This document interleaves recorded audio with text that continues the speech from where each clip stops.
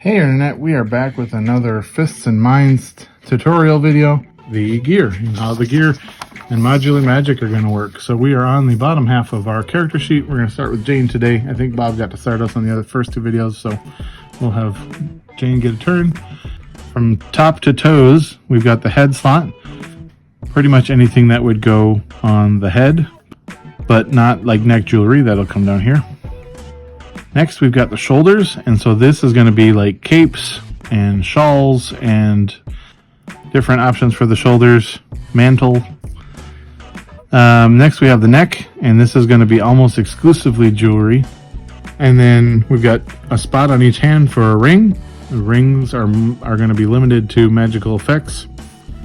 We've got the equip hand and the offhand weapon or a wand or any kind of implement here. It would go in the equip hand. Offhand would be if you're dual wielding or using a shield or anything like that. We've got the torso. That's the main armor that's going to go on the center part of the body protection there. Waist is for belts, pouches, things like that. And then we've got legs, which is pants. And we've got the feet or lower legs slot.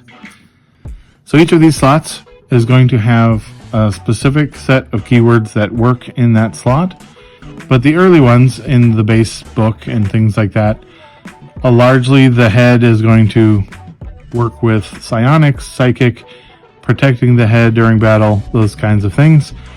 So the shoulders, offhand shield, and the torso are going to be the three places where specific groups, cultures, organizations are going to have insignia, and so those three. And then for this equip hand, this is where it's going to differ a little bit.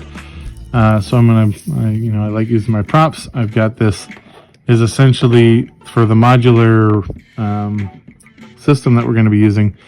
This is essentially a grip or a handle, but it will be the same grip or handle that is used by a archer to make a bow, by a warrior to make a sword or a mace, and also by a magic user to either be their casting implement or a wand or rod. But the grips, the handle, is going to be customizable option depending on the character, the class, and the preferences. So in game, you'll be able to get a hold of a blank handle, and then you can either cast into it or attach to it different facets to change what that actually does.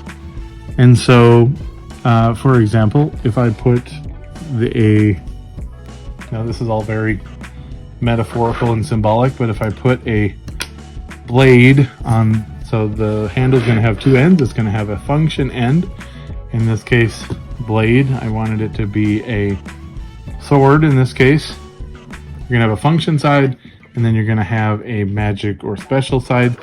So if I have this blade and I'm carrying it around, then I could put the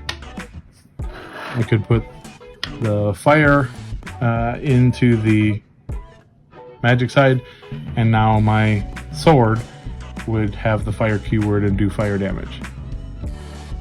So that's going to be different than taking that fire and making it the function, because now we would have a fiery wand for a magic user. We put a magic keyword in the function, magic keyword in the fuel, I guess if you want to call it fuel and function for our fists and minds. But essentially then we have this never-ending, now it's a fire sword, now it's a plant sword, now it's a sword that has to do with ants. Now this might be one, these are represented by tokens, but these keywords some of them are going to be specific to a item type. So I said before that usually the psionics keyword or the psychic keyword is going to be used in helmets or at the head slot, both as an outward use and a defense. if you wanted, you could make a sword that only attacked with a psychic keyword. It's completely possible.